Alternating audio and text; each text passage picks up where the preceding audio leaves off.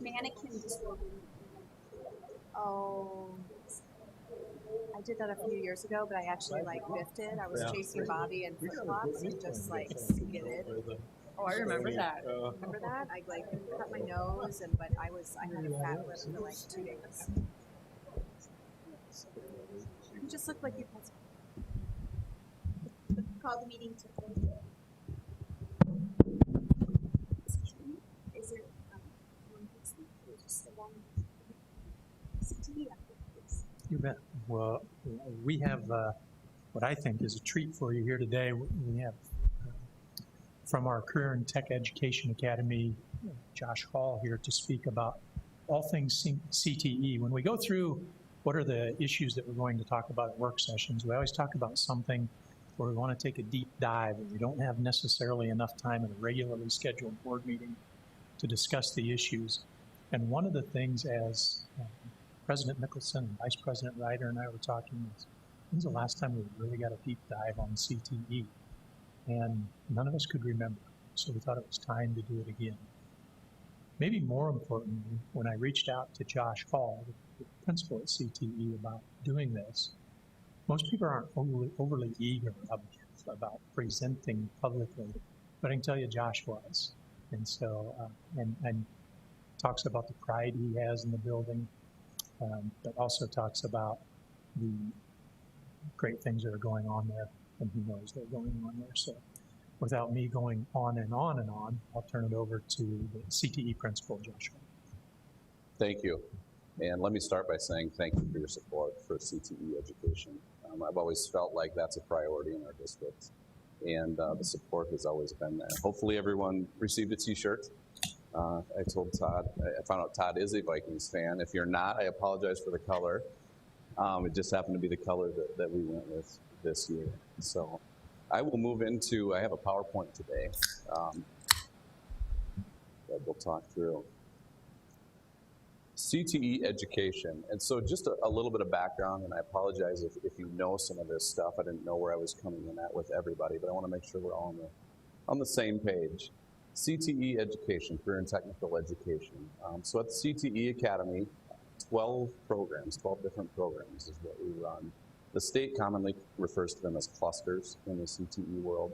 So we have 12 of those out at the CTE Academy. And then this year, as you're probably aware, we have some Roosevelt High School core classes as well running.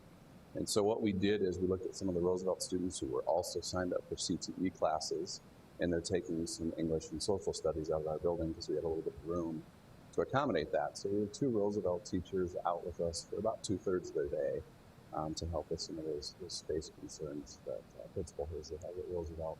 And then we also teach integrated English courses. And I'll circle back to that here a little bit later, but that also creates another opportunity at the CTE Academy for students to pick up some English credits that isn't available at the other buildings. It's kind of a unique way to teach English language arts.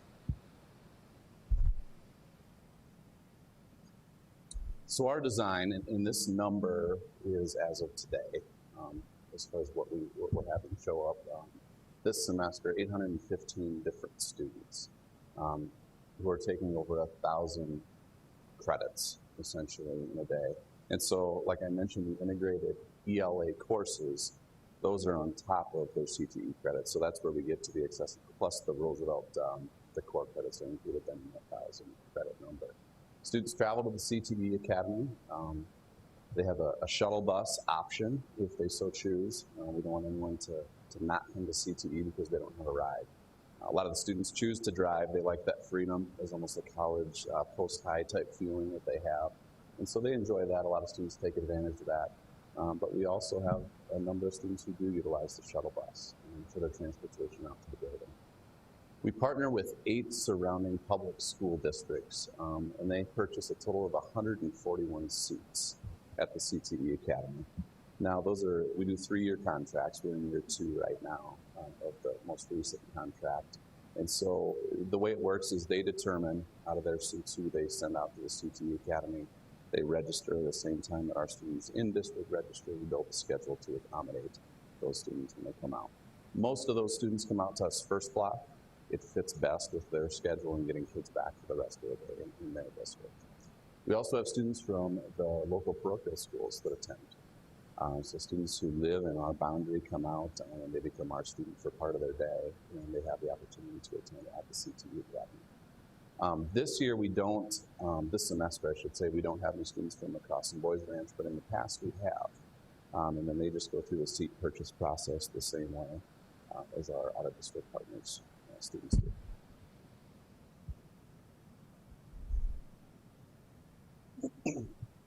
This is the list of schools outside of the Sioux Falls Public School District that send us kids. So this is where they're all coming from. The numbers are really all over the map as far as how many are coming from each place. You know, that's a local decision that they make for budgetary reasons and whatnot, interest levels and so on and so forth. But this is the list of the districts outside of Sioux Falls that send us students. So what does a student's daily schedule look like at CTE? So their enrollment remains at their home building. So they're a Roosevelt student and they come out to us almost like a program that you would attend. Generally they come out for one block, which is a double period from the home school, which is why they're able to earn a full credit in the semester rather than the normal half credit that they would get at their home building. A 100-minute block. Really that's because of the CTE model. When you look at the hands-on world, essentially in education, the amount of time to get equipment out and get prepared to do a project and then the cleanup on the back side of it, if you're talking about a shorter block of time, you end up spending so much time doing that it limits or lessens the amount of instructional time in there. And so the block schedule for CTE makes a lot of sense. It's a great fit, and it's one of the reasons that we went that way for the CTE model. You can see our times as far as the blocks go. We start a little bit earlier in the morning than the home high schools do, and the reason those times came to be, so to speak, is that so students have time to get back to their home school without missing more than 2 periods, so that they never get behind in credits for coming out to the CTE Academy. And then we have to accommodate their lunches at their home building in the middle of the day, so we have to make sure we get them to a place with food that's serving them.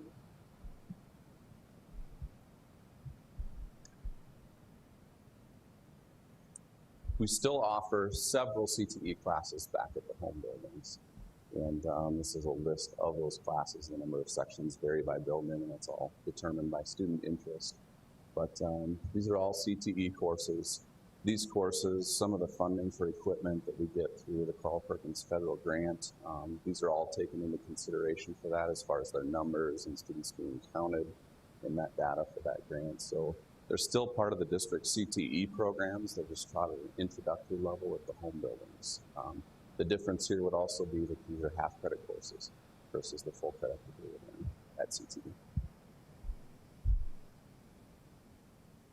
I mentioned the 12 content areas. So real briefly, I'll go through each one of those content areas just so you have an idea of the courses that are taught in each one of those content areas. I also wanted to set this up to show you the community partnerships that we have at the CTE Academy. So for each one of these slides, each one of these departments at the CTE Academy, you're going to see these business logos. And if the business logo is up here, that means they're either giving us a financial contribution, they're donating equipment or credit for equipment from their business, they're sending guest speakers to come out and teach the kids on a various day about what they do on a day-to-day basis in their business, or they're paying for our students to come out and visit their business and see what it's all about. What I didn't include in all these slides is internship partners and shadow partners. I started to put that list together, pages and pages, hundreds on top of. Now some of these are also doing that, but so what you're gonna see, for example, City, $10,000 contributor to the Academy of Finance. They're a big sponsor of the Academy of Finance. These other groups down below have representation on the advisory board for the Academy of Finance. Each one of the departments at the CTE Academy has a separate advisory board. Southeast Tech does a similar thing out there, and in fact, we join advisory boards anytime we have commonalities in programs. So we sit on theirs, they sit, it's the same advisory board essentially. And so we have that connection with the post-high institutions, and we can see that complete pathway then locally from the CTE Academy to Southeast Tech. So you'll see the advisory board, and you'll see several of these companies. That just means the representation is there. Now that advisory board does a lot for us. It informs us about industry needs. What are the trends? What equipment? What do you need to see more of from students who are graduating high school? What do you expect from employees that you're not seeing? How can we serve you better? You know, our community, our business community, how can we help develop that workforce and address those needs? Those advisory boards meet a minimum of twice a year. A number of them meet quarterly or more often than twice a year, but it's a minimum of twice a year that those advisory boards meet. For the Academy of Finance, Accounting 1, Accounting 2, Intro to Financial Services, Banking and Credit. The number of sections varies by student interest again each year, just like at the home buildings, but those are the courses that are offered in the Academy of Finance.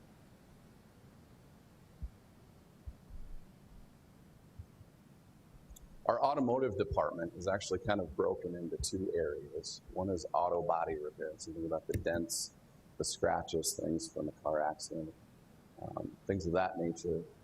That's one area. Those are the courses taught in auto body repair. And then auto tech is more of the engines, the brakes, the electronics, the internal function of the vehicle. You can see the number of partnerships there. Again, those are in-kind donations, those are parts. Our most recent, I think, went through the board meeting here a couple of weeks ago. Sioux Falls Ford signed a 5-year agreement to give us $4,000 worth of credit, basically, from their parts department every year, so that students have access to purchase parts or just to get them at cost. That's one of the ways that they can help us out. They also take a number of our students in their lube program. So students who are working with the students. Two of them, they simply have actually been promoted to be so they're seeing the benefit of that.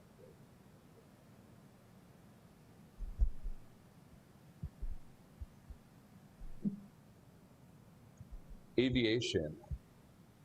So aviation is one of the newer programs out at the CT Academy. It didn't originally exist when the building opened. This was driven by student interest. So each year when we have the freshmen come out to the building, we give them an interest survey. We ask them, is there anything we're not doing that you're interested in? Is there anything that we should look at adding? You know, what's out there? What careers, what pathways are we missing?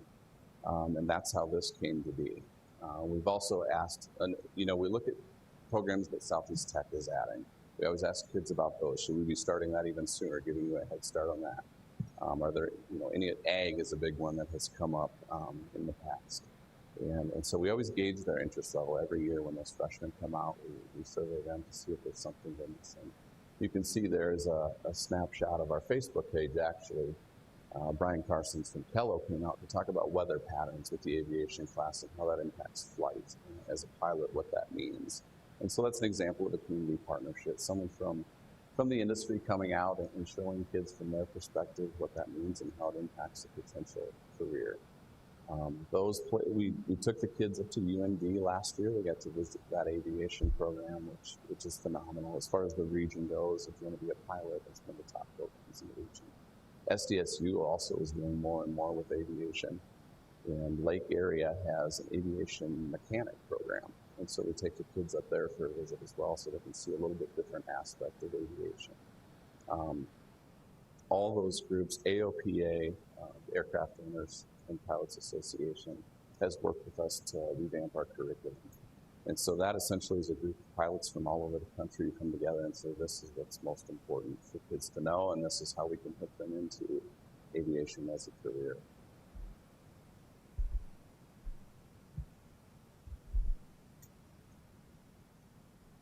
Biomedical sciences, and really EMT is kind of separate from that.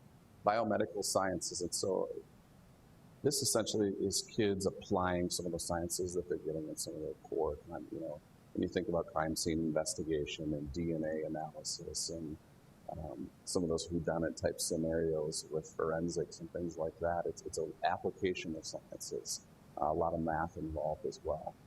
And we partner with Augustana for credit, as well as several other institutions will take those.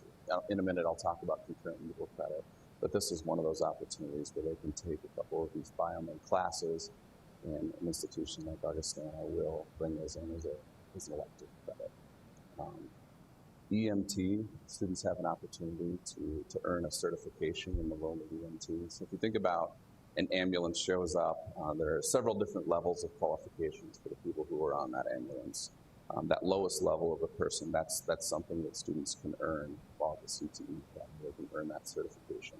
And we partner with Sanford to offer that certification in the classroom, and then those students actually go out on ambulances on the weekend to get some experiences and then spend some time in the ER with that emergency medicine side of things.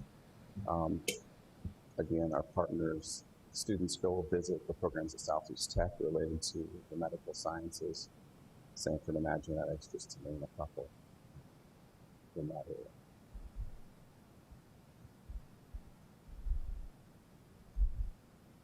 Health sciences, our biggest program at the CTE Academy. So Health Careers 1 and Health Careers 2.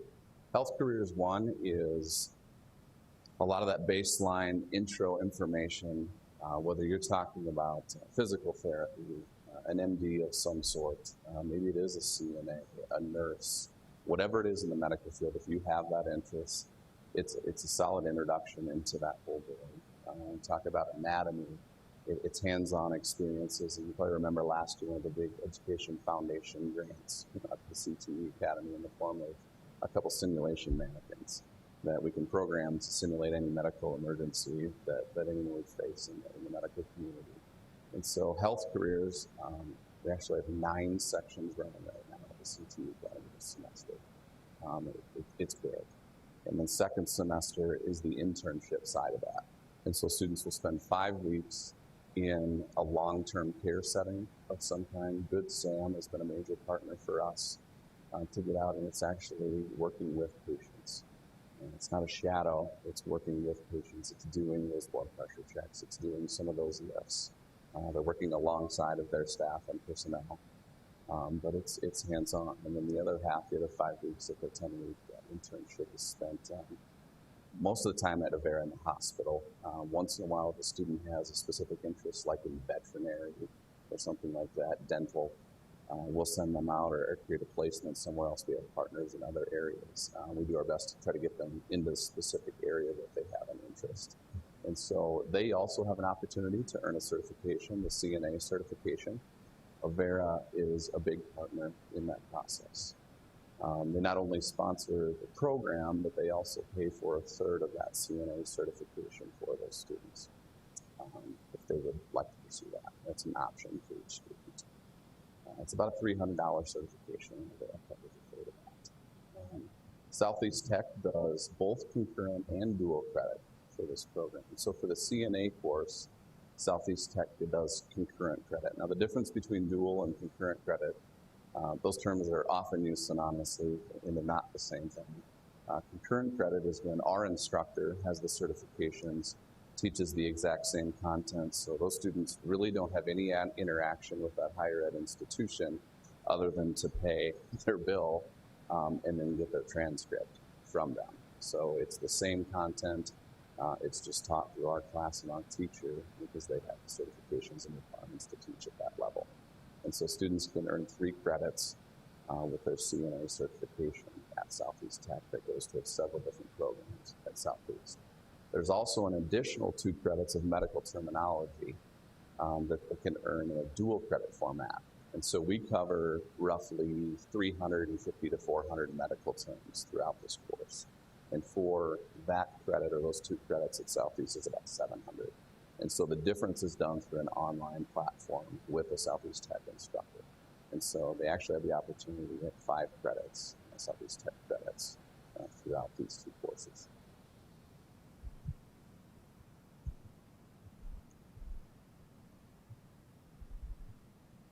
Carpentry and cabinetry. Again, you can see a number of sponsors there. We build 2 houses, start to finish, every year.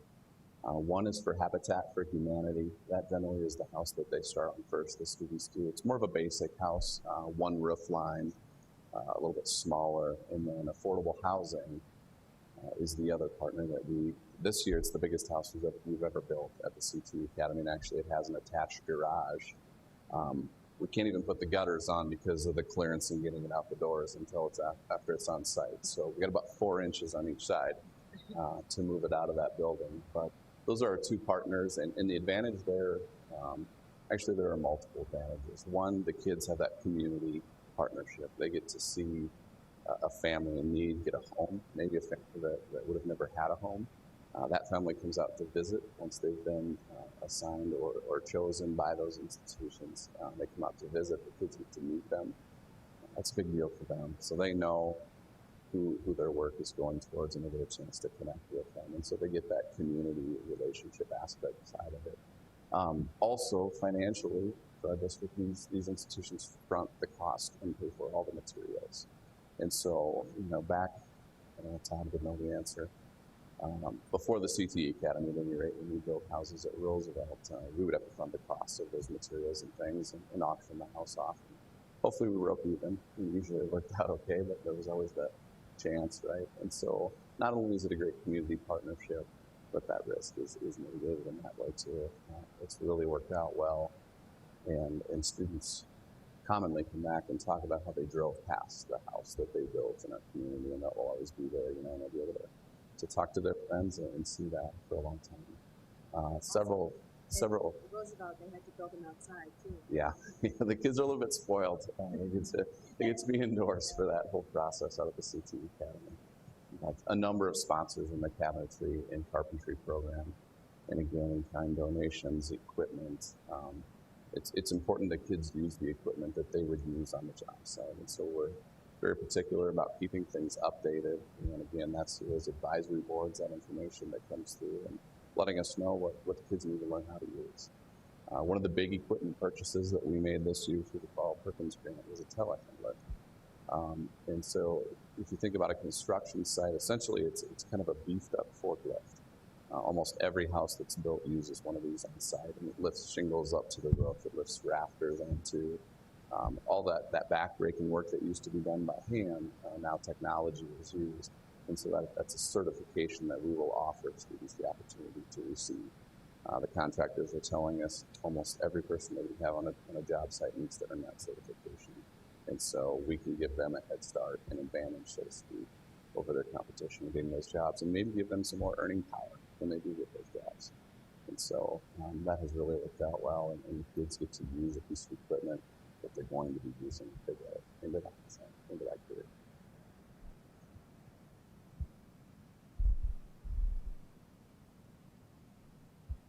Computer networking.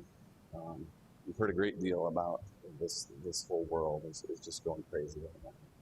And Dakota State, our next most recent sponsor, Sign On, agreed to sponsor this program, which is very exciting for us. Obviously, they're a national leader in this world, and they send staff to us to help teach kids. Our instructor is on staff there, so kids are earning concurrent credit for the courses that they take at the CTE Academy through Dakota State. So that picture is actually a student who's doing some soldering. And you may think, is that out of place? Is this computer networking? Well, the hardware side involves a lot of that circuitry and discrete circuitry. This student is actually working on the most recent education foundation grant that came to the CTE Academy, was adapting toys for some of our RISE students. And so the computer networking students, the hardware students, are partnering with the engineering students to take apart and disassemble these toys and wire in new circuitry so that they're adaptive to create that library for special education students to use as needed. So that's what's going on with that picture. It is in the right spot. But that program also is just, it's unbelievable when you describe it until you talk to them, right? It's one of those things that,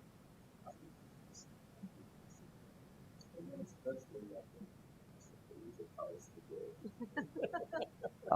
but very talented individuals. I mean, I tell you what, and the instructor, Brad Brockmiller, also equally as talented. Actually, I have a picture of a neat experience with him here later on in stuff.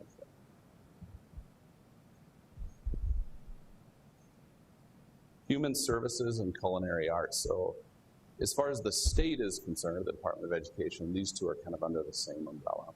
Human services, these are students who know that they want to work with people. essentially, and they're just not sure what's out there for them or what's the best fit for them. So they'll do a number of job shadows, a lot of interest inventories, work with businesses and the community to get those experiences. Teaching is a common one, actually, for these students, to try to get a feel for what's my path. I know I need to work with people, I need that human interaction, but I'm just not sure what that is yet. And so we help them find that pathway. And then culinary arts has grown tremendously just here in the last 2 years. And that's restaurant management and advanced restaurant management program, and then a baking and pastries course.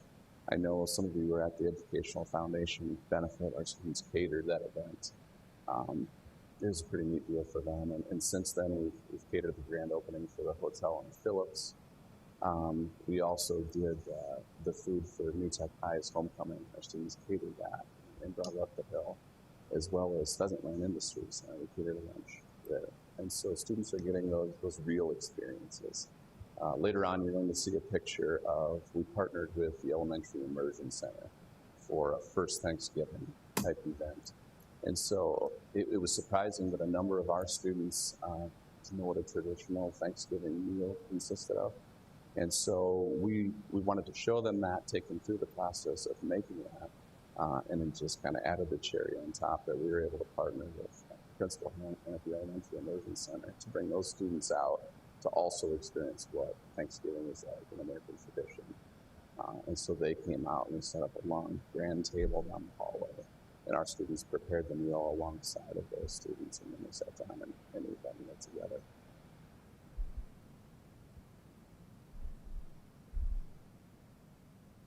Robotics of Engineering. Graco has been a major sponsor for that program and purchased some major industrial robotic equipment. It's amazing what some of these things cost in that world. The robotic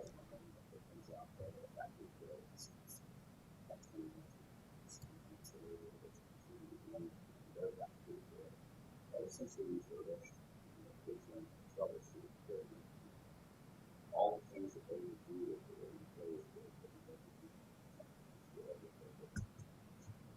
We also do lead the way curriculum for our engineering program or engineering courses in the robotics and engineering department, and then partner closely with South Dakota State, as well as the School of Mines and Technology. Our instructor is an engineering grad from there. Stays in close contact with them. And then Southeast Tech has a mechatronics program, which has a lot of overlap and tie-in. And so we work closely with those institutions, especially on our advisory board for students in those programs.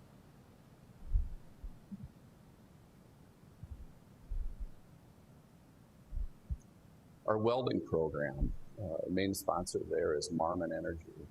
And we actually started a weld off last year. The media covered it. We partnered with Southeast Tech on that as well. But Marmon sponsored the day, essentially. We were able to bring kids in from all our home buildings from the intro welding classes and bring them out alongside of the students who were taking welding at the CTE Academy. And Marmon used their sponsors or their suppliers who they buy equipment and things from to donate prizes for students. And so they had an actual hands-on welding project, as well as a written test that they had to take, and we created a competition. The winner of the 2 divisions, an advanced division for those at the CTE Academy, and then a second division for those who were just in the intro classes at the home buildings. But it brought them all out to the CTE Academy, and then they did part of their competition up at Southeast Tech, and then as well as going out to Marmon for a tour of their industry. It was a full day. And at the end of the day, there were prizes awarded in both of those categories, with the advanced student, the winner receiving a full ride to Southeast Tech in their welding program. So that was a pretty neat deal, a great day, and we're going to do it again this year. So this year will be the second, hopefully annual event that we do alongside Marmon Energy in our welding department, and that will take place here in April.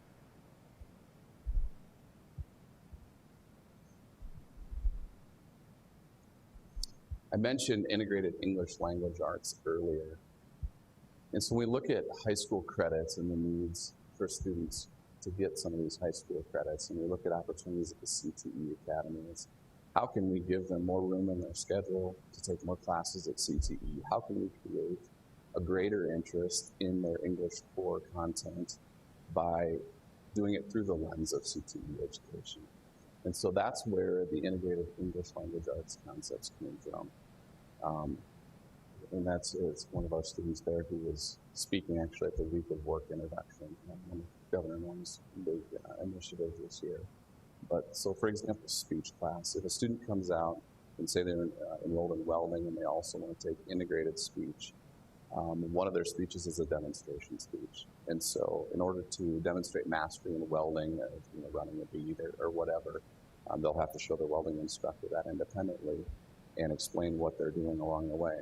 Our speech teacher will also come in and observe that demonstration and that verbal interaction, and it counts towards one of the speeches for the speech class. And so a student, they're interested because they're in the content that they love, that they enjoy, yet they don't even realize they're doing a speech and they're demonstrating things. And we do that whether it's an oil change or whatever it is across our building. With students in all departments enrolled in all of these integrated courses. We're at 140 students taking an integrated ELA course this semester. And the drop add window hasn't happened obviously yet for second semester, but we're at 137 second semester. Next year we will be adding creative writing to that list. It's up there now, but it won't be added till next year officially. So that program keeps growing and the students really respond well to that. It's just tying that to their interest and that hands-on learning piece. So integrated English language arts.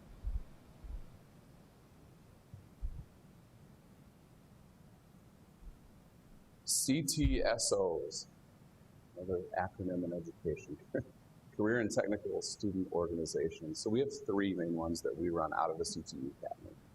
And Health Occupation Student Association, HOSA, I don't know if everyone's familiar with that or not, but essentially that's like an after-school club for students who are interested in health occupations. And there's a state event, it's been in Sioux Falls the last couple of years, and it will be again this year. And students compete in the areas of CNA, EMT, everything health careers related, which we have a lot of direct correlation to and prepare students to do very well at this event. Last year we had 6 students qualify to go to the national competition by winning state. Not only do you have to win the state competition, but there's also a national metric that you have to meet. So just because you win state, it doesn't necessarily mean that you qualify to go to nationals. At any rate, 6 of our students qualified to go, and it was held in Disney World last year. And so we sent chaperones and found sponsors, and those students were able to go and compete as part of the HOSA national competition. Pretty neat experience. ProStart is a similar organization, although it's tied to culinary arts. And so, again, it's that same type of thing, state competitions, national competitions. And then Skills USA is several different areas at CTE. And so it's carpentry, it's welding, it's auto mechanics. The state competition for that is co-hosted by STI and us. It's on both of our campuses. So students come from all over the state to compete in those events. Last year we had 13 students qualify for the national competition in Louisville. And so we sent them out there and they had a lot of fun with that as well.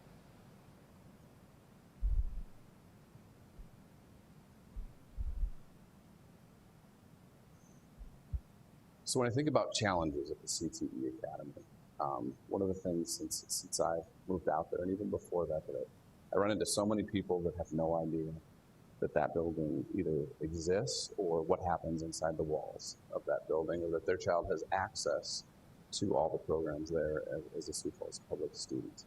And so that continues to be our challenge, is how do we get the word out? What can we do about that? And so over the last couple of years, that's been a focus of one of the committees that we have at the CTE Academy, is what can we do? We need to do better. We need to get the word out. How can we do that? And so these are some of the action items that we've done. Social media, our Facebook page, we developed that. We post every week to that, whether it's student activities or just student recognition. A particular student who we interview, and they get to talk about their interests and why they enjoy being at the CTE Academy. We'll link news stories that are done in relation to the CTE Academy. But if you haven't checked out our CTE Academy Facebook page, I encourage you to do that. There's a lot of new information on there about what's going on there in the student achievements. Career fair and open house. This is something we started 2 years ago. So one of the nights of parent-teacher conferences in the fall, as well as in the winter, we do a career fair. And so we run parent-teacher conferences alongside a career fair and an open house. Many Lincoln parents in the room, so you've probably got my automated call about the career fair and open house. We invite all the higher ed institutions to come out and host a table, as well as businesses that we commonly work with. Usually there's about 60 of the businesses that show up, and then another 20 or so higher ed institutions that have tables out there. And so kind of a one-stop shop for kids and their parents. They get to come out and talk to their teacher about academic progress, talk to higher ed institution, and then directly to businesses. We also, last year, our teachers were a little frustrated because they didn't get time to interact with the businesses in higher ed because it was so busy. 1,000 people come in the fall and about 800 in the spring is the average number that we've been seeing. And so we started an hour earlier. We invited the businesses and higher ed institution people to come in. Our culinary students catered kind of an hors d'oeuvre session.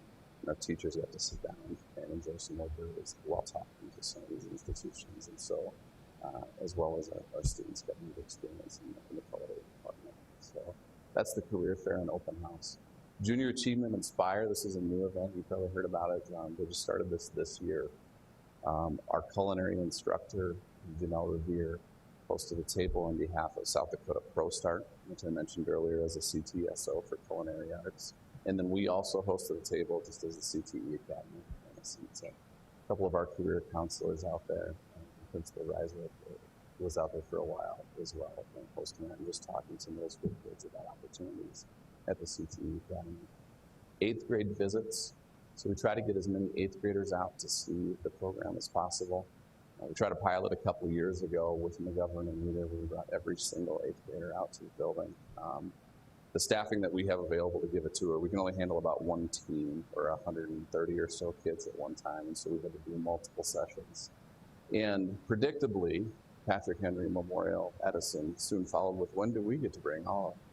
And so we started looking at it, and it would take 16, 18 days, something like that. A lot of instructional time is being interrupted. So we scaled it back to include 8th grade CTE and FACS students. So all those students in middle school, 8th grade CTE and FACS come out for a tour, ideally right before high school registration.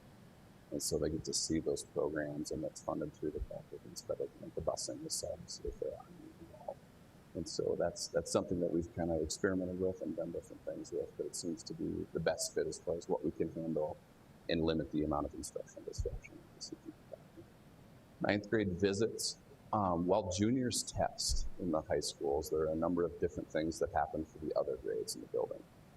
All of the 9th graders come out to visit the CTE Academy. And so we take them through every single program. And that happens, I think this year it's March 31st, April 1st, and April 2nd. Each of the 3 high schools come out one day. And so all of the 9th graders will come out and visit the CTE Academy during that time. The 10th graders do, they have an option to either go to Southeast Tech to do a visit or to one of the 4-year institutions in town. We try to rotate that, keep it fair. But, and so that's what the 10th graders do during that time. So it's all focused on those experiences and then seeing the CTE Academy. We also started this last year, those incoming freshman parent events. I think Lincoln had one last night, as well as last Saturday. We send some of our staff members out to be present at those events to talk to families, hand out information, answer questions. Parent-teacher conferences, I mentioned one night that we have the big career fair open house. The other night, we'll send some of our staff members, if we have staff that are, there are multiple staff in one department, we'll try to send them out to some of our buildings to make it more convenient for parents to talk to them at those buildings as well. Again, just doing anything we can to try to get access. And it all comes back to this promotion and giving people the opportunities at the CTE Academy.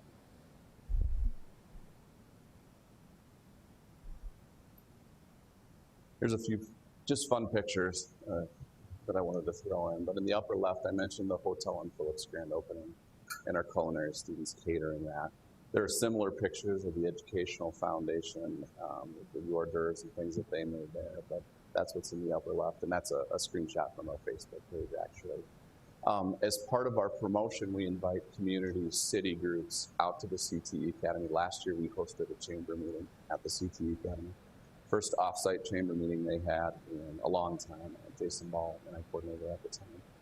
And that right there is a picture of the Young Professionals Network coming out to see the CTE Academy.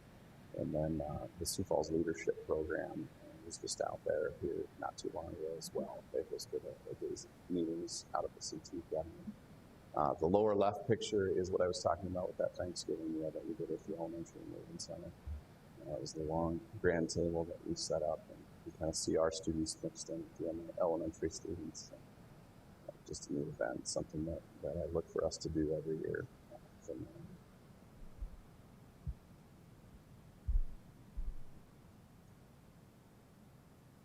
So what's new? What's been happening lately? I mentioned the career fair that we'll keep doing. It's been very successful. CTE Academy Exploration, it's a new course. Basically, it's for underclassmen to come out and experience all departments at the CTE Academy. I know that neat things are happening there. I'm just not really sure what my thing is.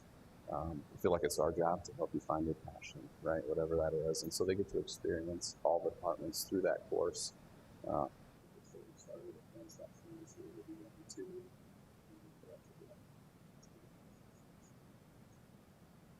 mentioned driving dual out of the Southeast Tech, but other institutions.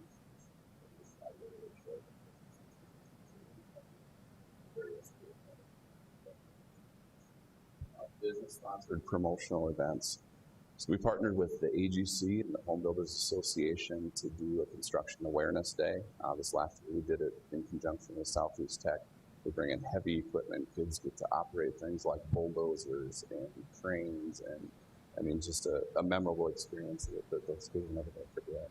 And then one of the criticisms nationally of CTE education is serving those non-traditional students. So I'm talking about gender. And so if you think about culinary, you think it's dominated by females typically, or you think about a welding, it's dominated by males. And so how can we reach the opposite gender with some of those things? And so we partnered with Maywick in the AGC to do an event called Pizza Pop and Power Tools, and it's for 8th grade girls from our 5 middle schools. And so we were able to create funding for, or get funding for busing, again for subs so their teachers can accompany them. But they come out in that event will be in March, 25 girls from each.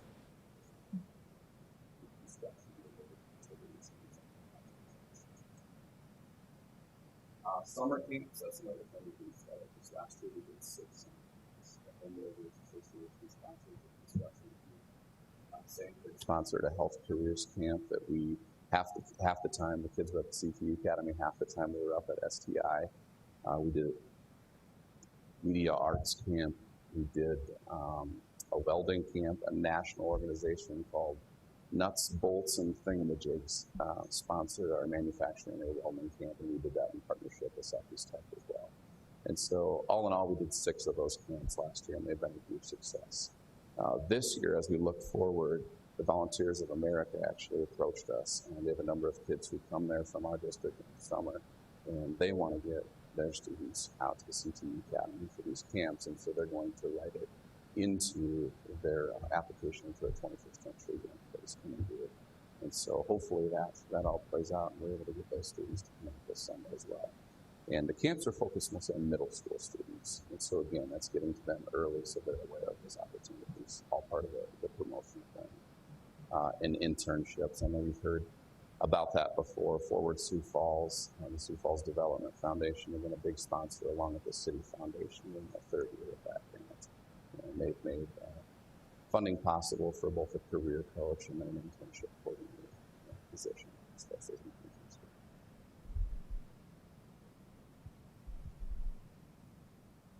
These are our partners for the concurrent and dual credit. Currently, the number of credits vary by each institution. USD in partnership with the Academy of Finance, 25, 27, we keep adding courses, but think about how many of those credits a student can knock out if they're able to fit all those courses in their high school schedule at that 48 whatever credit hour, significantly cheaper than what they would pay beyond high school and campus. And so we have partnerships in various degrees with all these institutions where students can earn those post-high credits. It's a group of our CNA grads on the right there from last year, just one of the blocks. And they're holding up a sign, it's hard to read, but their homeschool as well as their plan for what's next.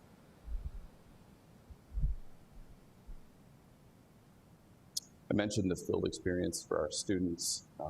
This was from a couple of years ago. Governor Dugard stopped out to Malloy Electric, get a Washington student. Josh is his name, actually. He just explained to Governor Dugard what he does at his internship at Malloy and showing how a motor worked there in that picture. Guest speakers from industry, very common at the CTE Academy.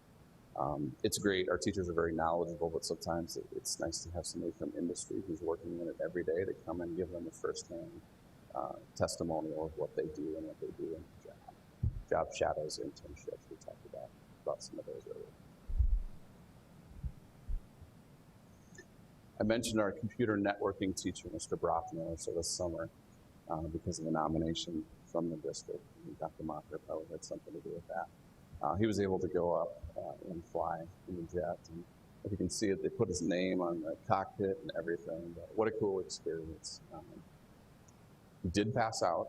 He told me that he did pass out. He said very brief, but something he'll never forget, and a great opportunity, a great person who does a lot for kids in our district. That bottom picture is our larger, the affordable housing home being moved out of our building last year on its way to a site not too far from the Axtell Park building, actually just a few blocks to the east and a little bit south is where that house ended up.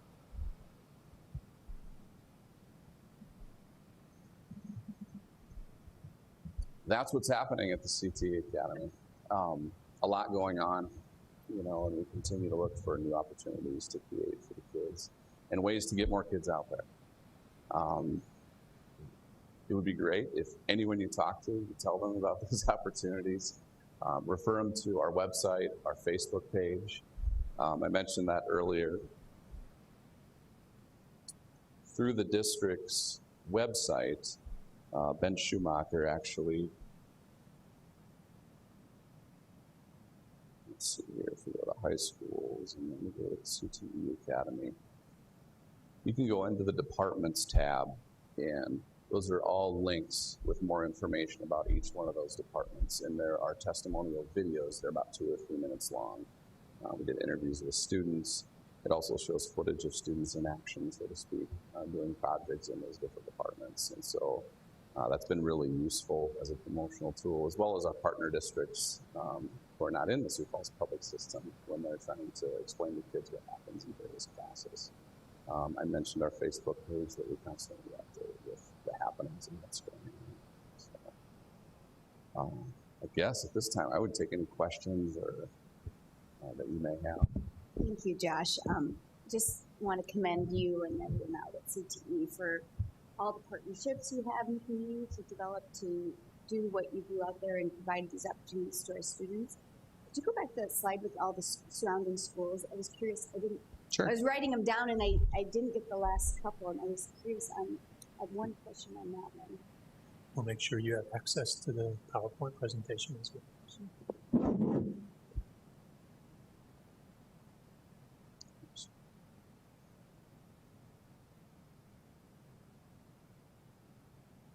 Okay.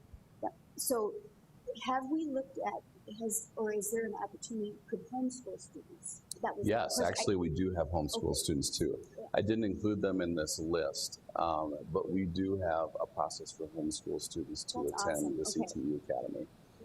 Basically, we wait until 10 days prior to the first student day and we look at available seats, and then there's an application process that goes through that enrollment. And would you go to the slide with the block scheduling? Sure. Thank you. Sorry. Is this the one? Yes, Okay. perfect. I just was looking at the schedule for that because I was curious about that in case something would happen, because I know with like UTEX on block scheduling as well, and with other schools, and if we look at something that the district gets some, if we need to do that with other kids too, with college, what that schedule is right now. So it's Yep. And again, that has a lot to do with transportation and getting kids to and from other buildings in time, so they don't have to miss what's necessary to get behind in credits. Yep. Now, you mentioned the Carl Perkins grant, and Carly had actually sent me an article regarding, we used to do those funds as well for middle school CTE funds. Can you use that for the camps as well, and you retain that other funding for that? Or? We can. That is an opportunity that I know we there's have. limited, you only get so much money in what you use it for. And so that's part of that budget committee process. That's one of the budget committees that I have is the Perkins grant. And so we sit down and we look at, again, with our industry partners, what are our needs? What do we need to get in front of the kids? What access do we need to give them? And we look at, so last year, 2 years ago, the middle school CTE program got some updates in curriculum. We used part of the Carl Perkins funds for that update. But every year we look at those things. The most recent federal legislation, we call it Perkins 5. That's not actually the name of it, but that's what we refer to it as. Gave us freedom to use that in 5 through 12 as far as grades. Before it was 7 through 12. There are restrictions as far as, you can't replace local costs with grant funds and all those things that we have to be sure to follow. But yeah, there's a lot of things that we definitely could use those funds for, and we evaluate that each year for that budget process. Thank you. The project Lead the Way, you mentioned that robotics and engineering, is that mainly what that is, or are there other project Lead the Way classes that Yep. So biomedical technologies, we utilize the Project Lead the Way curriculum in those courses. Not EMT, which I had lumped in that group, but the rest of the biomed courses. The engineering courses, as you mentioned. Robotics is separate, actually. Robotics isn't part of. That was a course that we developed in-house in the district. Just all the other engineering. Yep. And then this year, we were doing cybersecurity in the computer networking department. It's a brand new curriculum that Project Lead the Way has. And we offered cybersecurity in the past, but we're going to go to Project Lead the Way's curriculum starting this next semester, actually, for the first time. And then Dakota State is accepting that as a concurrent credit. Wonderful. And, thank you too, just for sharing your space with Roosevelt. I'm sure it helps ease their pain a little bit over there. So. Yeah, it's worked out really well. Yeah. It has, and I think those kids enjoy it. Those teachers, it's fun having them in the building. It's just worked out really well. So. I was just going to add that, it wasn't that long ago that we went to school, and I remember you just went and you sat in your classroom and you listened to your teacher talk, and then when the bell rang, you got up and you went to the next one and you listened to them talk and you took notes. And so that's not the learning style of so many students. And so this is such an awesome way for students who need to have that hands-on. I need to do it for myself. I want to try that. I want to touch that. I want to smell that. I want to whatever, to be able to do that. And so listening, I knew of some of these programs, but I certainly didn't know of all of them. So it's such an awesome thing that we are able to offer so many of our students, and hopefully we can all work together to get even more students aware of this. And I'm curious, I'm sure that a lot of our high school counselors know about CTE, but do we ever have a high school counselor day where we send all of the Roosevelt, Washington, Lincoln counselors out there to really experience it, so they can come back and when they're talking to their students about whether it's career planning or class schedules and things like that, they can actually relate to some of the things that we've seen? Actually, as part of this promotional plan 2 years ago, the high school counselors meet as a group once a month. And so the January meeting takes place at the CTE Academy. Strategically, it's right before registration starts. And then they're invited to stay and just leave in and out of classes and see for themselves, so they can, give that testimonial to students as students ask those questions. That's great. So yes, they're doing that as of 2 years ago. Cool. Thank you very much for all the good information. Went to the foundation meeting where they apparently had like 2 or 30 of those orders, and they were unbelievable. And I haven't graduated Very recently. long Oh. ago, so I don't remember have to thank you. This was great to see and great opportunity for us to take it now and keep promoting it as I know we all have, but now we got to look at the to go in. So thank you. Yeah, thank you. Thank you for the opportunity to come today and just talk about it. It's fun for me. It's fun for me to talk about it. It's my passion. Hard to tell. Yeah. Josh, what's your wait? Do you have a waiting list for your tire cuts that your students make? We do. Yep, we do. Last year, Mike Rowe was, Dirty Jobs. Mike Rowe was in town, and he offered to promote it on his Facebook. And well, that's really nice of you. I don't think we can handle that. We'll be shipping them all over the world, and we're not a manufacturing plant. But no, that's a project that works really well. It allows students to demonstrate mastery in so many different areas and then come up with an end product and see the full manufacturing process. I think we're about a dozen or so out as far as those orders, but certainly we'll get to it eventually. You wear a lot of different hats in the community partnerships to just in your physical location, all the variety of manufacturing and health and cooking and those pieces. So it's quite a testament to all those balls and students engaged and just being responsive to industry needs for the community. Just really enjoyed it.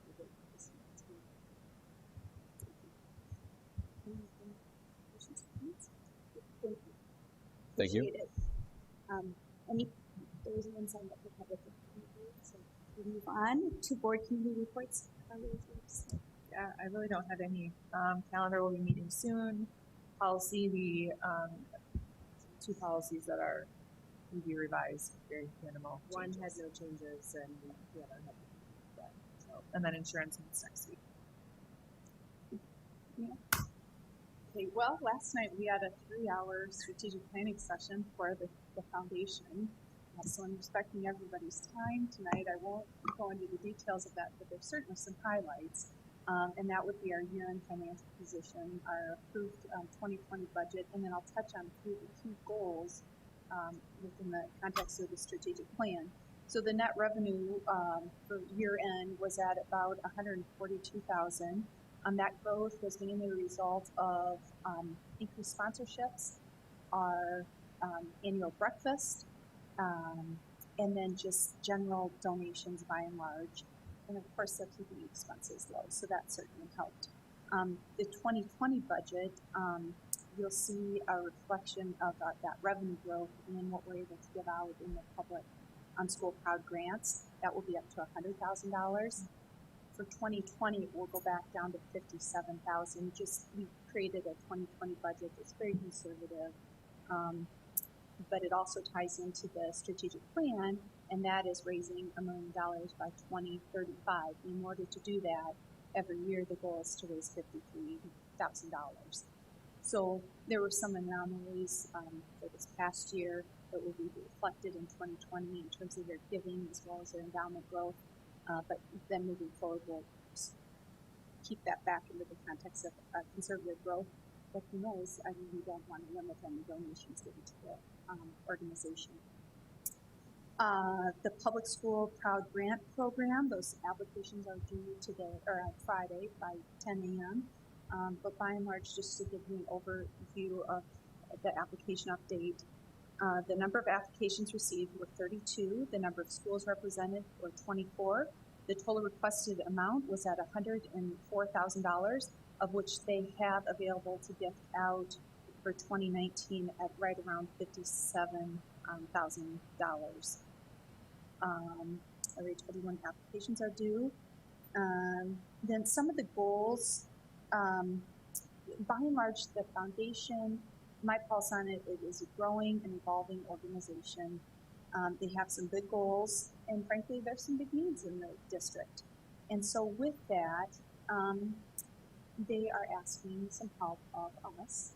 And that would be at a request to meet with some of our administrators, Dr. Boyson, Moulton, Todd, of course, our superintendent, and Deanne also sits on the foundation board with me. So if I overlook something, Deanne, or overstate something, please jump in and add some clarification to that.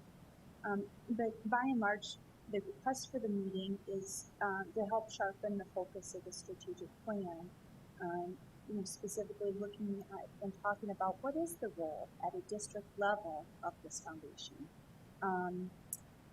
What is their gift acceptance policy going to reflect, and how do we want to determine what that is going to be? Donor recognition. Are we across the district? Are we recognizing those donors? What does success look like? And that communication piece at a district level of what our foundation does and how then that parlays to the community by and large. Because there certainly has been some confusion, which that maybe presents a real opportunity to the foundation. So with that, they will be sending over requests to meet with a few of us from the board, and then there's the administration to really go and help sharpen the focus of that strategic plan. So there's some real opportunities there for us. Dan, anything I've forgotten to mention? Okay. So that takes care of the foundation. And then our Head Start committee met. And what we did there is, I'm trying to last time we reported to the board, it was surrounding the annual report. And that's really what we focused in on again at our last meeting. And so I don't feel that there's new information that would really be of interest or service to us.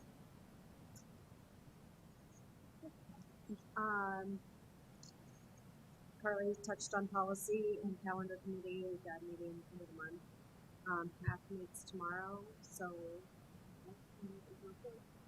Thank you. Housing, we're still trying to come up with a committee. Combining the two together is a daunting task. Sports Authority, we are teaming with Howard Wood so that we can get a D2 freshman here, hopefully in 2025, to an upcoming budget meeting. And at the end of the month, I am going to DC for ASBSD, and for our district, I'll be going to a diversity symposium and the advocacy institute in Canada, including with them. Thank you. So for your leadership, we had a meeting last month on diversity and inclusion. Chief Burns is putting together a group of community citizens and has approached the district about having representation on that. And I believe Deanne has agreed, and we've talked about maybe having another person as well from the district, just maybe who has more hands-on work with the students and parents in our district who would need the services of them. The chamber had their meeting 12/18. I was the presenter on mentoring in our district on teammates losing social services, and there was some confusion about what Promising Futures Fund is doing, and they're not doing a new mentoring. They're just trying to promote mentoring those two existing programs that we will be having in our district. Budget, we'll have meeting with the auditor, and that will be at our end of January meeting with the auditor presented. Southeast Tech Council, we met 12/17, and Nick Wendell presented, and we had the legislative sector breakfast in December as well. So, any other? If not, do you have a motion to adjourn? Second. Motion second. All those in favor, signify by saying aye. Aye. Okay. Move on to Southeast Tech. Thank you. That was really good.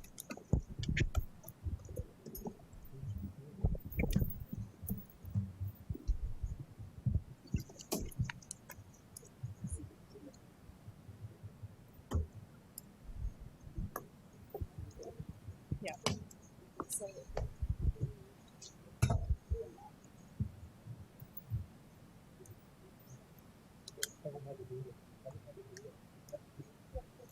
Anyone from here?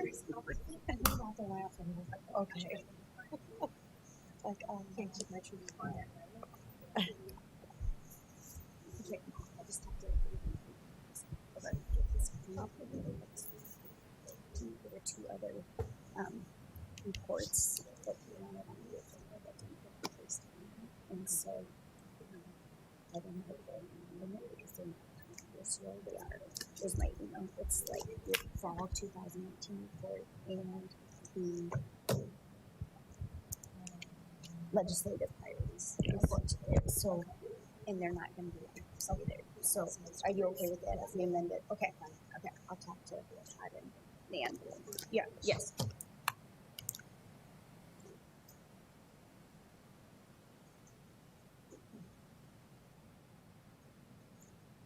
What do you want, an extra teacher for a spouse or anything?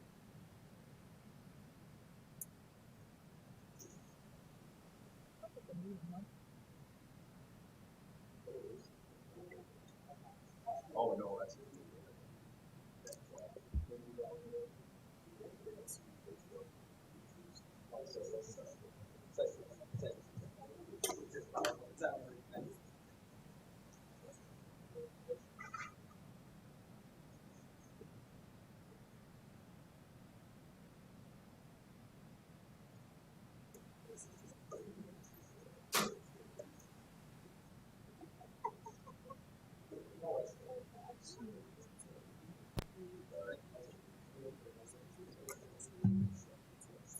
Josh, thanks for coming.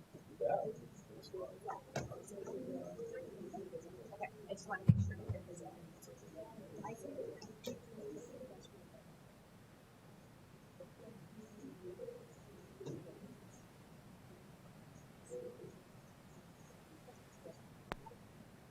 Yeah, you're doing great things. Thank you. If you could just shovel my sidewalk, that would be the only other thing I would ask of you. It was like 3 houses from me. Oh, it's like, Carly. We're gonna be out of town for a week. If you wouldn't mind, just Hey, you that's know. what I've got to suck. Oh, so do I. But I can. Job. Okay, There you go. I might be in touch. We'll see ya. Okay, have a good night.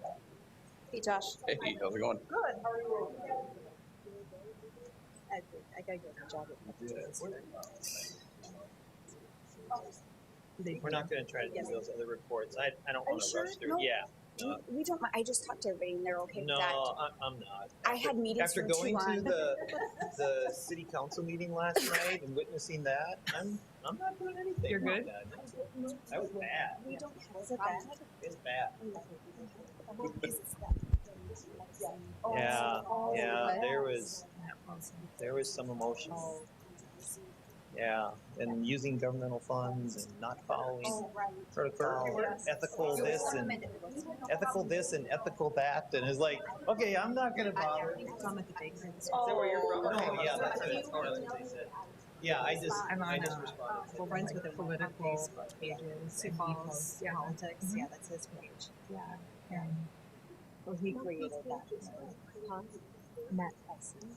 Well, I did. Somebody said I thought it Sioux was on Falls there. Politics. Yeah. But is that, I'm on a couple of It's them. not Did he find a couple moderators or something too? Is that the same You guys one or is first? that a different one? Is it like 605 That or might be a different one. something? Yeah. 'Cause I think he moderates that one because he was for a while into the Yeah. censor Well, choice. it was the Which is what I've seen meeting started at posts about. Yeah.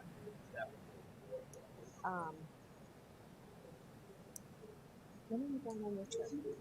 I have 2 trips coming up. The 28th to the 3rd of February, and then the 16th to the 21st. Or sorry, 28th of January and the 3rd of February. I don't know if that's what I said. So in like 3 weeks. Yeah. And then again on the 16th to the 21st. We'll get started with family. The first one is with 2 other couples. My husband and I. Oh, I bet. And then Thanks, the second one is with our kids. Okay. And then the agenda for now, because, So I must be better. I think we can amend it, just to add one thing again. So it's gonna be in, here. Back to normal. Exactly. So I'm not gonna be here Monday. For the board meeting, yeah, gotcha, I better write that down. Sure, it's way better.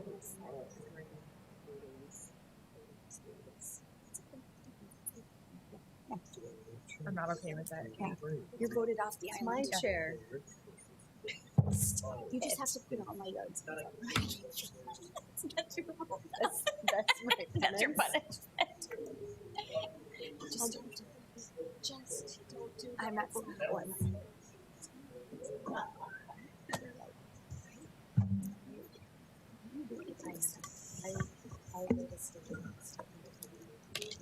Oh. I think I put like 50 of them out. It wasn't. I'm just gonna, I probably did, we can get rid of the story. In your own yard?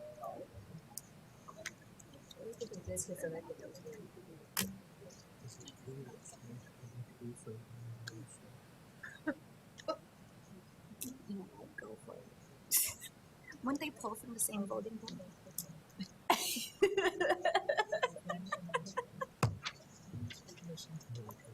I'm kidding, I would say that to kids. And then Really? Oh, yeah. Is she gonna run? I need to get my t-shirt. Okay, are you ready? I'm Yes. sorry, we're late. I call the meeting to order. Who stands for the Pledge of Allegiance, please? I pledge allegiance to the flag of the United States of America and to the republic for which it stands, one nation, under God, indivisible, with liberty and justice for all.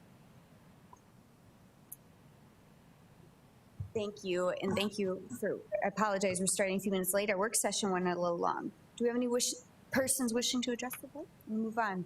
Approval of the minutes from the December 4th meeting. So moved. Second? I have a motion and a second. All those in favor signify by saying aye. Aye. Aye. Opposed, same sign. Motion carries. Do you have a motion for approval of agenda? So moved. Second. I have a motion and a second. All those in favor signify by saying aye. Opposed, same sign. Motion carries. No new conflicts of interest were proposed. Approval of the consent agenda, items 7A through C. Do I have a motion? So moved. Second? I have a motion and a second. All those in favor signify by saying aye. Opposed, same sign. Motion carries. On to reports of the president, Dr. Griggs. Looks like Megan's going to do hers first. The new website. Good afternoon. President Mickelson and members of the board, after a year and a half of strategizing and finally implementing our new website, today we are here to introduce you to it. And we're happy to announce that we were able to launch it on December 17th. Yay. And so I want to introduce to you Jen Lambley. Jen is our marketing and communications coordinator, and she and her staff really did the heavy lifting on this project. Hi, I'm Jen Lambley. I'm the Marketing and Communications Coordinator over at Southeast Tech. Just a little bit about me. I've been there for about a year in this role. And prior to that, I was with the state for 11 years and doing marketing and media projects with the Governor's Office of Economic Development.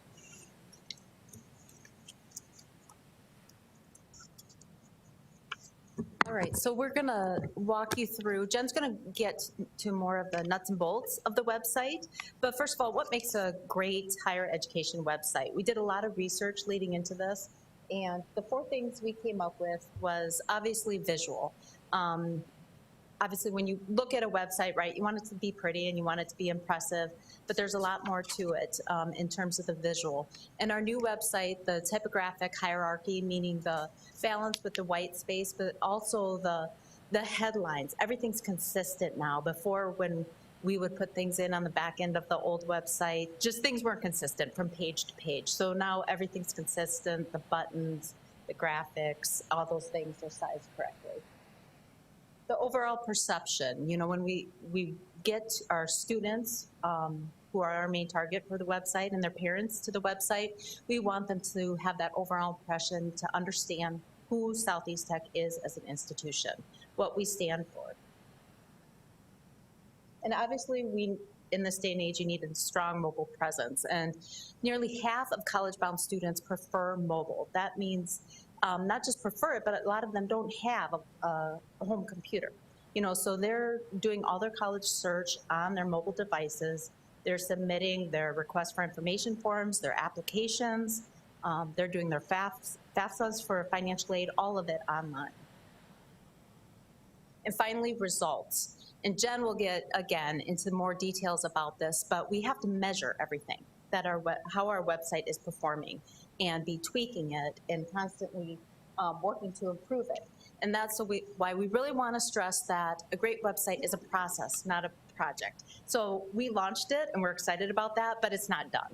And we have to have that frame of mind that it's a consistent process that we're going to continue to improve it.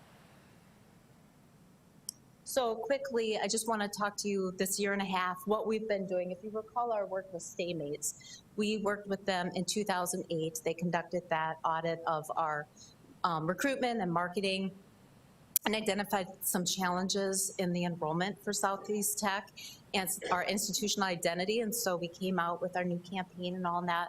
And so you'll see that reflected in our website, as well as, you know, our website is our #1 marketing tool. And so in short, they said we needed a new website. So that came out of their report, and that was in 2018. And so we really needed to strategize and get a strategic plan in place for the new website.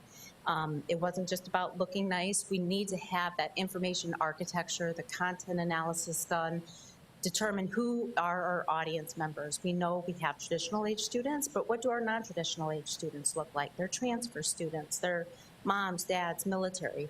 So we worked with Blend Interactive here in town on that piece of the project. And then they also worked with us in determining what was our best content management system for Southeast Tech.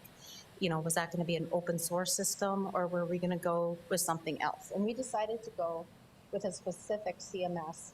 It's called OU Campus, and that's through Omni Update, and that's the content management system. And OU Campus, Omni Update, works with hundreds of colleges across the country, everything from Ivy League schools to two-year institutions like ours. So they work with hundreds of clients, and that's specifically the industry they focus on, which was really nice. And we decided that was the best fit for us because we could choose the features and modules of the CMS that we wanted that would fit our needs. We wouldn't have to go build that out with another company. So that's why we selected OU Campus. Ruffalo Noel Levitz, that's a very common company in higher education, and we worked with them, and I'm not going to get into the details about this, but with our search engine optimization, and that's the #1 key to a great website, and Jen's going to focus on, her presentation will focus on more details about that, but that's what we worked on Ruffalo Noel Levitz with. And then finally, as you know, we did an RFP for our media buy this year, and LNS has that contract. So everything that you do with our paid media, we have to be, right, we track that, and we see how we're performing, but we can't do that separately from our website. We focus on our website analytics and our paid media, and we look at all those reports, and we tweak as needed to make sure we're getting the biggest bang for our buck, and just make sure we're meeting our right target audience.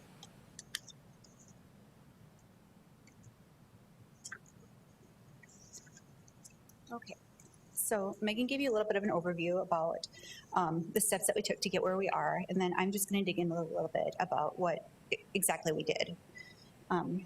Okay, so search engine optimization is one of the things we've talked about a lot is SEO, and what is it? And it stands for search engine optimization. The slide here says that search engine optimization is the process of increasing the quality and quantity of website traffic by increasing the visibility of a website or web page to users of a web search engine. But simply put, that is just the steps that we took to make us findable by Google or another search engine. And so without search engine optimization, we could have the best written, most engaging content in the world, but it won't do us any good if nobody can find it. So how is it done? This is one of the items that we worked with Ruffalo Noel Levitz on. And Megan lightly mentioned, but we're going to continue to work with them to monitor them, and I'll talk about more of that later. But so what Ruffalo Noel Levitz did is they took 100 pages that we ID'd from our sitemap, and those pages include all of our program pages, secondary program pages, landing pages, and then other key pages that have information on them. So they took all this information and they did this extensive keyword research to find out how people are searching for our programs and our courses. And then they took all that information, compiled it, ranked it, and then they provided us with the best keywords and phrases to incorporate into our content, text, and headlines. So then every page has meta tags, descriptions, and page titles on the back end. And just real quickly, the meta tags are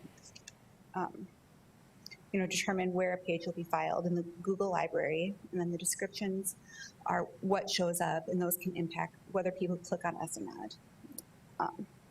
So then what does SEO look like? Inside of our CMS, all of those tags and titles and descriptions have their own place inside the CMS to make it function for search on the front end. Different places for the title, descriptions, keywords, and then tags within our own site. And then on the front end, that looks like we took all those keywords and terms and interspersed them in our copy and our headlines and all of our other text.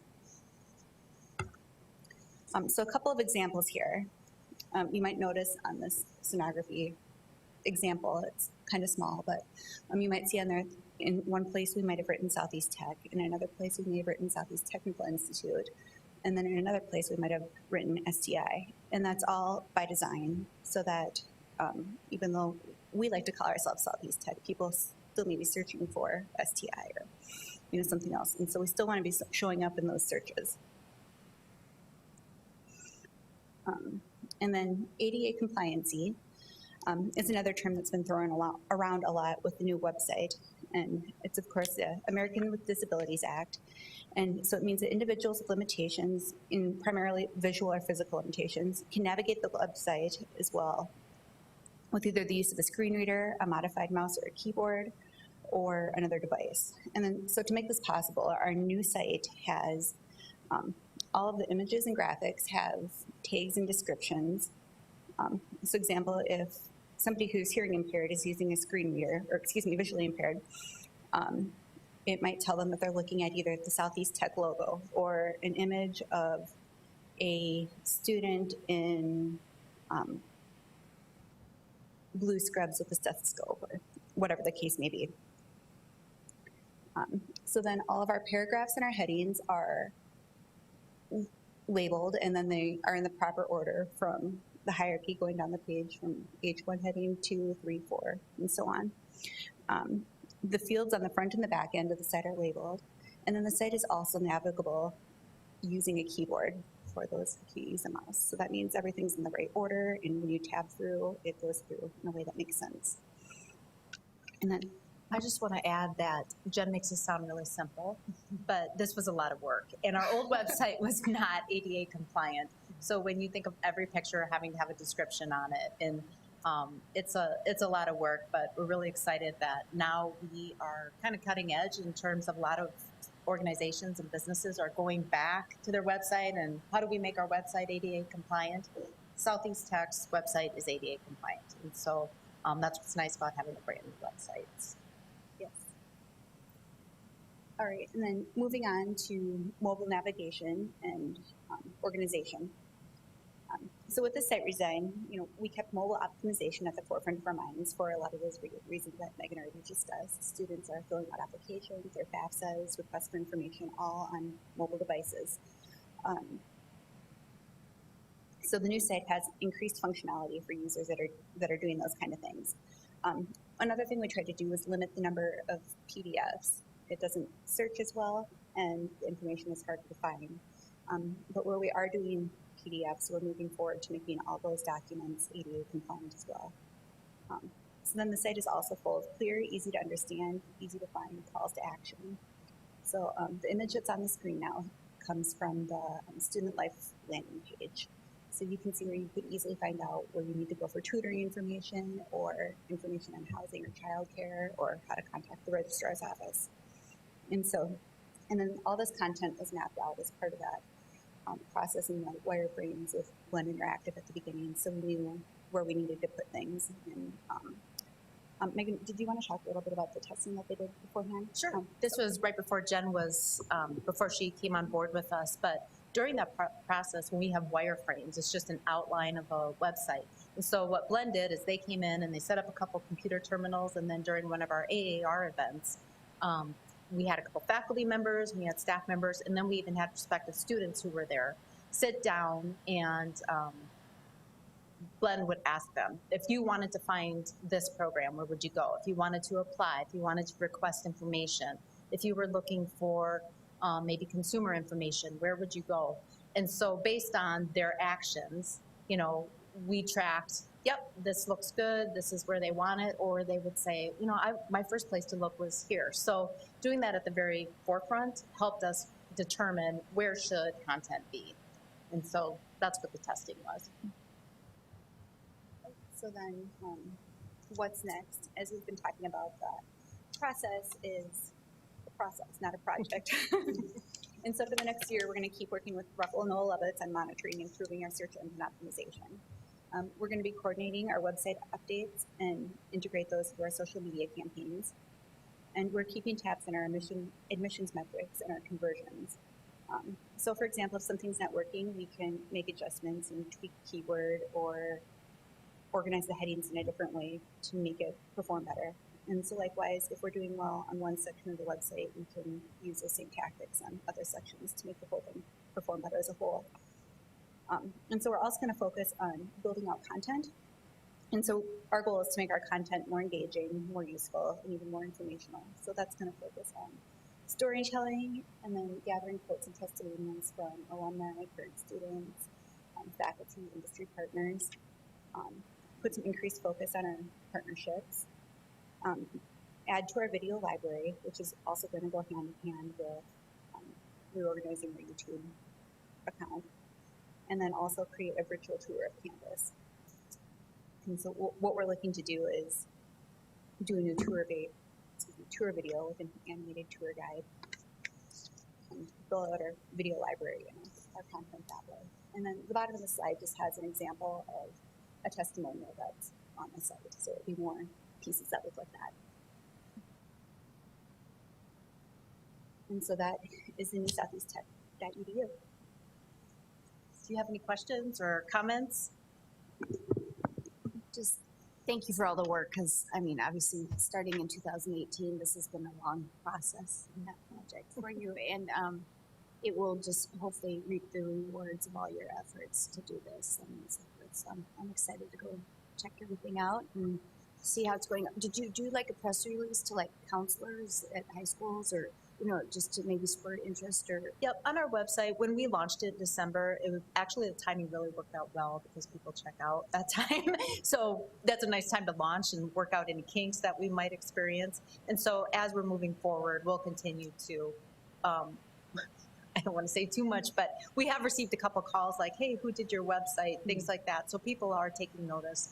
And all of our links on social media, everything that goes out in our communication funnel leads the students, they're checking it through emails and texts on their phone, leading them back to our new website. So they're seeing that. And then our scholarship application window just opened January 1st and runs through April 15th. So all those communications going out, students are leading back to our new website. Everyone's checking it out. So, yeah. Yeah, I don't think as consumers we really understand what goes into the making of an easy to use, like logical website, but we certainly appreciate it when we run across one. So thank you for the detail and the testing. I think that's so interesting to actually ask people, where would you find this? And then let's put it there, because that's what makes sense. And that's not often a part of a process, I don't think. It's like, well, this is where I think it would be, or a programmer says this is where it all should go. And so making it very user-friendly is such a brilliant idea that seems so simple, but is often missed. So kudos to your team for all the work for the past couple of years, and just the little bit that we saw of it looks great. And we did have a school counselor, a couple of school counselors comment that it's so easy to find things now. And so those who are going to the site and they want to find something quickly for their students, that's the best feedback we can get, because they're not having to hunt and search for it. So, and if we get feedback that somebody can't find something, or we're keeping track of our, what people search in the search box, and making sure that that it's directed to where they need to go. And then Jen has a crawl set up every night, it indexes, and it's pretty sweet. Thank you. thank you. Thanks. Do I have a motion to approve the meet the new southeasttech.edu report? So moved. Second. I have a motion and a second. All those in favor signify by saying aye. Aye. Opposed, same sign. Motion carries. Thank you. Next report, I'm Ben, and then partnership update report. Good afternoon, President Mickelson, members of the board. Wanted to provide you with an update regarding our academic programs and some of the partnerships that we have developed over the last year. Starting with some of our new programs, this last fall we did launch several new academic programs and restructured one of them. One of the new programs that we did launch was our medical assisting program.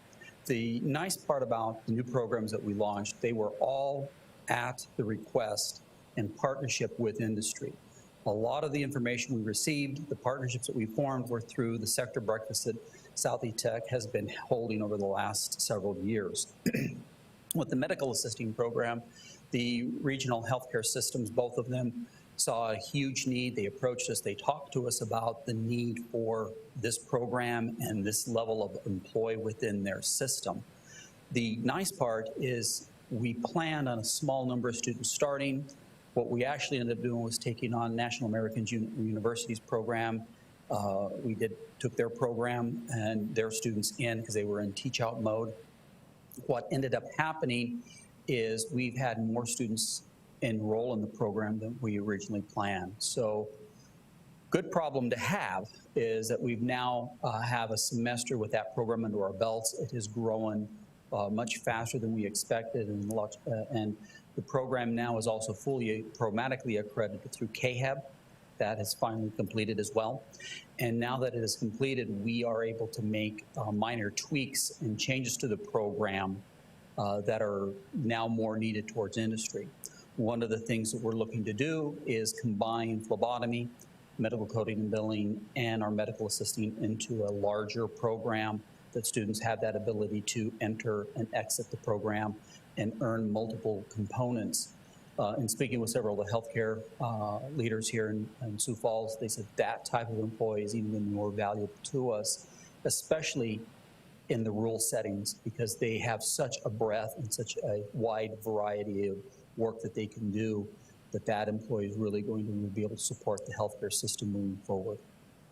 Our wireless technician program, that was primarily a partnership with Vicor, and that program will fully be launched, and we are in the process of recruiting students. We have, in conjunction with our admissions staff and the team, they have put together a phenomenal marketing plan, and they're out recruiting students for that program.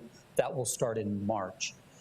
Challenge, it is a very specialized niche. You have to find the right person that is willing to crawl or climb 300-400 feet into the air and dangle in the wind and cold and rain and snow. So it is a niche program that we're having to work on. The nice part is with that partnership with Vicor is allowing us to use their multi-million-dollar facility just north of Southeast Tech. So we're not having to put a tremendous amount into the infrastructure and being able to provide the educational resources and structure for that. That's all being provided by Vicor. And we're hoping that that'll be a huge partnership that will help meet the needs. I'm sure you've heard a lot what's going on in Sioux Falls and through Senator Thune's office with the expansion of 5G and the growth of wireless technology. This employee will be able to really support that. I believe Commissioner Carr from the Federal Communications Commission recently at a event mentioned that this industry is severely lacking for trained individuals to take on these jobs. So we will be one of two educational programs nationally that can provide and train these individuals.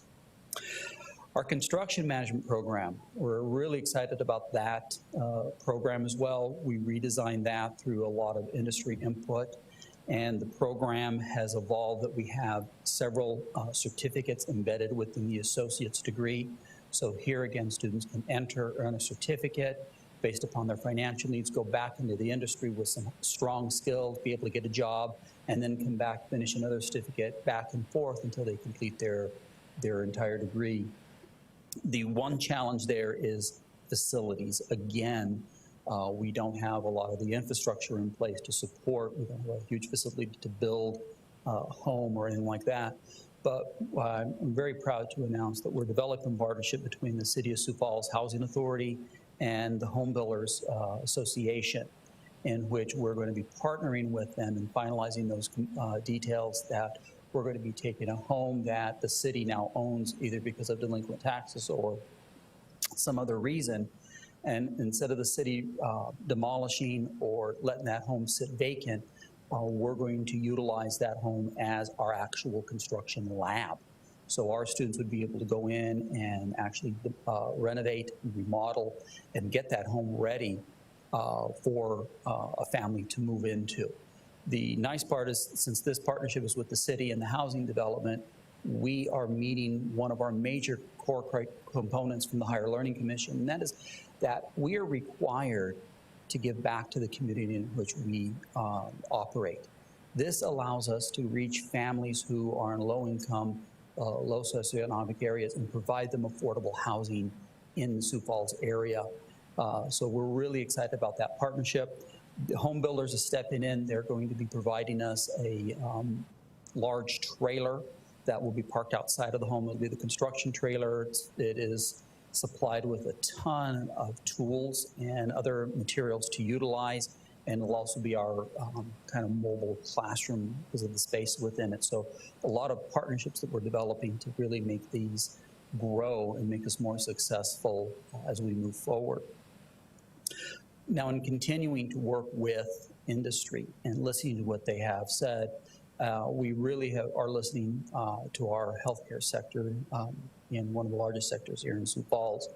And we've been approached about several new programs. So we are currently in the development stages. President Greggs did have a conversation day with the presidents at the other technical institutes and informed them that we're going to be proposing and moving forward with 2 new associate level programs. The first one is going to be an Associate of Applied Science and Paramedic Studies. Currently, that program is being offered through the University of South Dakota as a 4-year program. They're having some struggles with it because a lot of students are not staying the full 4 years. It's only one of literally a handful of 4-year programs. Typically, a paramedic studies program is a 2-year program. The USD did approach us through Sanford and asked if we would be willing to take on their program and their accreditation, be able to offer that paramedic program at Southeast Tech in conjunction with Sanford. Again, this is the nice part. The partnership with Sanford on this is that we will be utilizing their facility, so the build out infrastructure on our part will be very minimal. It's going to be more on the academic side, but being able to provide that, our goal is in the next 12 to 18 months to have that program up and running and enrolling students into that program. We're also working in conjunction with Avera Health and starting an Associate of Applied Science in Respiratory Therapy. There is a huge need for respiratory therapists growing nationwide, and the respiratory therapy program, there's only one other program in South Dakota, and that's at Dakota State University. The program there is a 4-year. Industry, though, says this fall they can hire them. They're not producing enough of them, and it's taken too long. They need immediate action to meet the needs and the healthcare needs that are prevalent right now in industry. So we are looking to have that program up running again in another 12 to 18 months as well. Both the programs have to go through the full approval process. We're going to start the process right now of putting together advisory boards, getting the curriculum developed and launched. From there, we'll be coming to you as the board for review and approval of the program, and then on to the South Dakota Board of Technical Education, followed by the Higher Learning Commission, that whole process. The nice part is, since we are very well established as an institution that provides high quality healthcare programs, we are very positive that Higher Learning Commission will see it as a desk review and not require a visit. So it should be a very seamless process to get these programs up and running. And the last thing I wanted to provide you is an update on the 2 new programs starting this fall. We're starting both our Dental Assisting Diploma and our Associate of Applied Science and Veterinary Technician. For both of those programs, fully approved through the Higher Learning Commission and through both you and the Board of Technical Education. The last component is to receive Promatic accreditation. We will start that process immediately upon the hiring of the full-time faculty. We'll be hiring full-time faculty for each program. For the veterinary program, we are required to have a licensed veterinary on staff overseeing that program. So we're currently conducting that search. We're going to look nationally and find the right individual to step in and help us lead that program forward. For dental assisting, same thing. We're going to also conduct a national search and find the right faculty member to step in to help lead that program. For dental assisting, the program will be programmatically accredited through CODA, the Council on Dental Accreditation, and for the veterinarians, the AVMA, the American Veterinary Association. Both those accreditation processes will take about 2 to 2.5 years from start to finish. A very lengthy process. Both will involve site visits and construction and finalization of the program and actual having graduates from the program. So there will be a little bit of time on that, but we'll continue working on that. The goal, I believe, will be presenting both programs for construction to the board later this month. And our goal is to start construction March, mid to late March, with completion by 1st of April, or I'm sorry, 1st of August. I wanted them sooner. No, the 1st of August, so that we can have classes up and running when the fall semester starts. So we're very excited about where we're headed and what we're doing within academics and how we are structuring our academic programs to really meet the vital needs within our service area, and that we're being as responsive as possible to industry and ensuring that they're getting a high quality graduate that can immediately be employable and meet their needs. Thank you. Any questions? That's great, all great news, and obviously a lot of work being done behind the scenes from everyone at Southeast Tech to get this going. So thank you very much, and I mean, once again, way to be responsive to what our community needs and employees. So. Thank you. Have a good day. Thank you. Do you have a motion to approve the report? Second? Second. A motion and second. All those in favor signify by saying aye. Aye. Opposed, same sign. Motion carries. Do you have a motion to adjourn? So moved. Second. All those in favor of motion of adjournment signify by saying aye. Aye. Opposed, same sign. We are adjourned.